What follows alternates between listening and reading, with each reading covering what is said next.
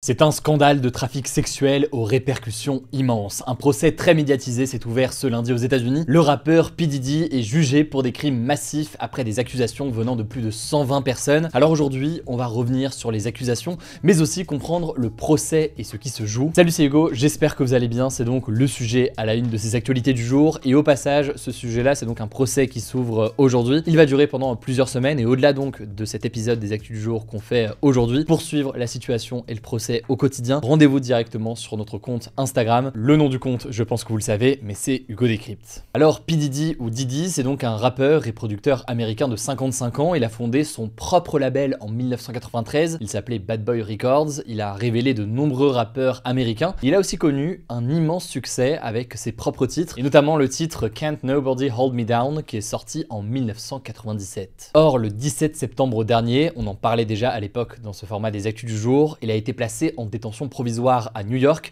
dans l'attente de son procès, un procès qui débute donc cette semaine et on va revenir là-dessus juste après. Alors, le rappeur est accusé d'avoir utilisé son empire pour orchestrer un système de trafic sexuel violent pour violer ou agresser sexuellement plus de 120 personnes en leur donnant de l'alcool ou des drogues comme de l'ecstasy, du GHB ou encore de la kétamine pour obtenir leur soumission. Parmi elles, 25 personnes étaient mineures au moment des faits selon leur avocat. En tout cas, d'après l'acte d'accusation, il obligeait certaines personnes à avoir des relations sexuelles avec des prostituées, des scènes que le rappeur filmait parfois à l'insu des victimes en se masturbant. Il pouvait aussi se montrer menaçant ou violent pour arriver à ses fins, et tous ces faits auraient eu lieu pour la plupart lors de soirées freaks off, c'est le nom qu'il donnait à ces soirées sexuelles de plusieurs heures, voire parfois de plusieurs jours. Toujours selon l'acte d'accusation, après ces fêtes, Diddy et les victimes recevaient parfois des perfusions intraveineuses, je cite, pour récupérer de l'effort physique et de la consommation de drogue. À noter que des milliers de bouteilles d'huile pour bébé qui peuvent servir de lubrifiant ont aussi été retrouvées chez lui. Alors ça, c'est l'acte d'accusation. De son côté, P. Diddy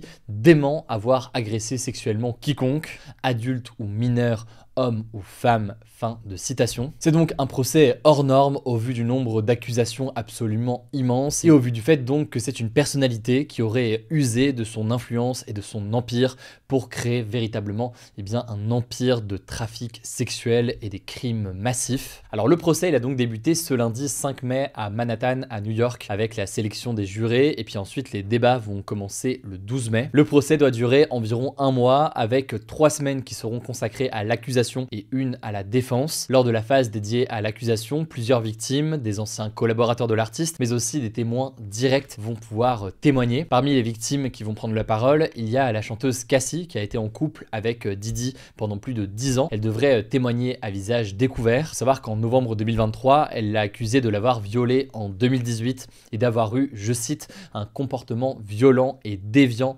avec elle pendant toute leur relation, la forçant notamment à avoir des rapports sexuels avec des travailleurs du sexe. Alors finalement, la plainte, elle n'était pas allée jusqu'au bout puisque l'affaire s'était résolue par un arrangement financier, mais c'est tout de même un élément important à noter puisque même si Cassie donc aujourd'hui ne fait pas partie des plaignants ou des plaignantes, elle reste un témoignage central puisque c'est sa plainte à l'époque qui a véritablement provoqué la chute de P. Diddy et enclenché en fait la série de témoignages qu'on a connus après. À noter que les fils de P. Diddy sont aussi appelés à témoigner puisqu'ils auraient participé à certaines des soirées de leur père, et à noter que Diddy comparait détenus à cause des risques de fuite et de pression sur les témoins ou même les victimes. D'ailleurs, on peut noter que toutes les demandes de libération sous caution ont été refusées, malgré notamment une offre de 50 millions de dollars qui a été formulée par les avocats de P. Diddy, justement donc par crainte de fuite ou alors de menaces sur certaines personnes à l'occasion de ce procès. En tout cas, on l'a dit, en tout cas on l'a compris avec sa déclaration qu'on a pu citer tout à l'heure, il plaide de son côté non coupable, estimant que selon lui, toutes les relations étaient consenties. À noter au passage, si jamais vous vous posez la question, qu'il a obtenu le droit de comparaître en tenue de ville, donc en tenue on va dire classique, contrairement aux autres personnes qui sont déjà incarcérées et qui sont normalement vêtues d'une tenue orange pendant leur procès. En tout cas, P. Diddy risque la prison à vie, sachant que ce n'est pas la première affaire de ce type. Par exemple, le chanteur américain R. Kelly, condamné pour crimes sexuels sur mineurs, a été condamné à 31 ans de prison en 2022, mais encore une fois, aujourd'hui, P. Diddy risque la prison à vie. Avant de conclure, je voulais qu'on revienne rapidement sur la question des célébrités personnalités qui sont citées régulièrement dans cette affaire. Il y a en effet beaucoup de personnalités du cinéma, de la musique ou encore de la télévision qui ont participé à ces soirées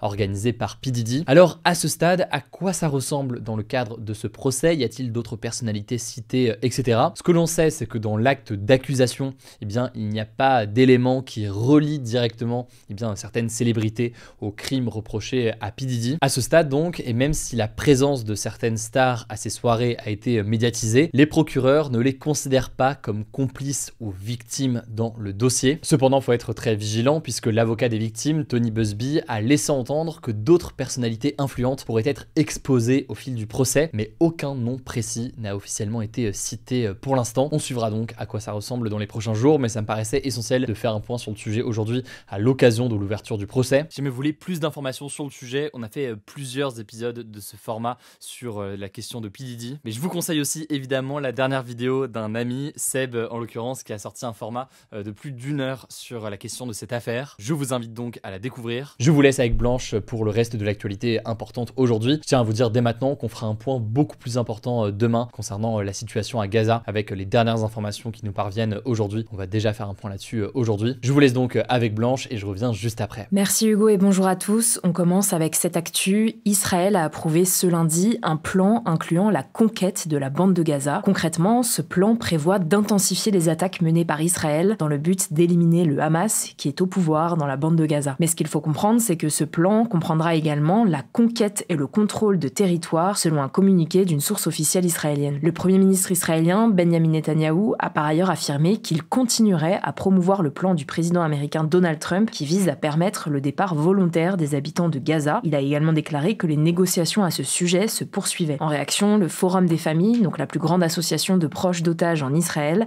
a accusé le gouvernement israélien de sacrifier les otages à Gaza. À ce jour, 58 personnes sont encore retenues dans la bande de Gaza, dont 34 ont été déclarés morts par l'armée israélienne. De son côté, l'Union européenne s'est dite préoccupée par ce nouveau plan prévoyant, je cite, la conquête de Gaza et a appelé à la plus grande retenue. À noter qu'en parallèle, la défense civile dans la bande de Gaza a annoncé ce lundi la mort de 19 personnes dans plusieurs bombardements israéliens dans le nord du territoire palestinien. En tout cas, selon le Comité international de la Croix-Rouge, les opérations humanitaires dans la bande de Gaza sont, je cite, au bord de l'effondrement total après 2 mois de blocus de toute entrée d'aide humanitaire par Israël. L'objectif est de forcer le Hamas à libérer les otages selon les autorités israéliennes. Deuxième actu, Donald Trump a décidé d'élargir sa guerre commerciale ce dimanche au monde du cinéma. Cette fois-ci, il souhaite taxer à 100% tous les films diffusés aux États-Unis mais qui sont produits à l'étranger. Donald Trump a justifié cette décision sur son réseau Truth Social, expliquant que l'industrie cinématographique américaine est en train de mourir très rapidement car d'autres pays offrent toutes sortes d'incitations pour attirer nos cinéastes et nos studios loin des États-Unis. On ne sait pas encore comment cette taxe pourrait s'appliquer, ni si elle touchera également les séries télévisées et diffusées sur des plateformes en ligne comme Netflix ou Prime Video. En parallèle, le président américain a aussi demandé la réouverture et la modernisation de l'emblématique prison d'Alcatraz située à San Francisco, en Californie. Ce nom vous dit sûrement quelque chose, il s'agit en fait d'une ancienne prison devenue un musée et une attraction touristique qui accueille plus d'1 million de touristes par an. Donald Trump souhaite qu'Alcatraz reprenne sa fonction initiale pour, je cite, héberger les délinquants les plus impitoyables et les plus violents d'Amérique. Mais selon plusieurs experts, l'idée a peu de chances d'aboutir, notamment car le coût de remise en fonction serait bien trop élevé. Troisième actu, le trafic des trains risque d'être fortement perturbé dans les prochains jours en France en raison d'une grève SNCF. Les syndicats Sudrail et CGT Cheminots ont appelé à la grève cette semaine pour réclamer une meilleure rémunération et organisation du travail. Une autre mobilisation, cette fois-ci des contrôleurs, devrait s'ajouter pour le week-end de ponte du 8 mai. Concrètement, en Île-de-France, les lignes de RER B, C et E, ainsi que plusieurs lignes de Transilien ont été particulièrement touchées ce lundi. Au niveau régional, les lignes de TER sont également perturbées en Bourgogne-Franche-Comté, en Centre-Val-de-Loire, dans les Hauts-de-France, en Normandie, en Nouvelle-Aquitaine, en Occitanie ou encore en Provence-Alpes-Côte d'Azur. Un TER sur 3 circulera dans le Nord et le Pas-de-Calais. Concernant les TGV et les Ouigo, ils devraient circuler normalement, mais selon la SNCF, il pourrait tout de même y avoir des perturbations du trafic jusqu'au 11 mai. À noter que si vous devez prendre le train cette semaine, tous les billets sont échangeables et remboursables sans frais sur les TGV Inouï comme les Ouigo pour cette semaine du 5 au 11 mai. Quatrième actu, toujours en France, le Premier ministre François Bayrou a proposé ce dimanche de lancer un référendum pour consulter les Français au sujet du prochain budget de l'État pour 2026. L'objectif de ce référendum serait d'obtenir le soutien des Français sur, je cite, un plan cohérent avec des propositions claires, lisibles, visant à réduire les déficits et la dette publique selon selon François Bayrou. Le budget de l'État, c'est l'ensemble des recettes, donc ce que l'État perçoit, principalement via les impôts, et des dépenses, donc ce que l'État dépense pour ses missions, comme l'éducation, la santé, la sécurité. C'est une loi qui est votée chaque année par le Parlement. Alors cette idée a suscité pas mal de réactions au sein des différents partis. Pour Laurent Wauquiez, le président du groupe de droite Les Républicains à l'Assemblée nationale, il n'y a, je cite, pas besoin de référendum pour savoir que les Français en ont assez des augmentations d'impôts. Du côté de la gauche, certains députés ont jugé, je cite, que c'était une idée stupide. Selon le député LFI Éric Coquerel, le budget de l'État est un document à propos duquel il est impossible de répondre par oui ou par non, sans possibilité de débat ni d'amendement. Il y a donc peu de chances que ce projet de référendum aboutisse, mais pour le moment, rien n'est fait. La décision, elle revient à Emmanuel Macron, qui ne souhaite pas se prononcer tant que le plan de dette n'est pas connu. Cinquième actu, justement, Emmanuel Macron et la présidente de la Commission européenne, Ursula von der Leyen, ont organisé ce lundi une conférence dans la prestigieuse université de la Sorbonne à Paris. Baptisée Choose Europe for Science, qu'on peut traduire par Choisissez l'Europe pour la science,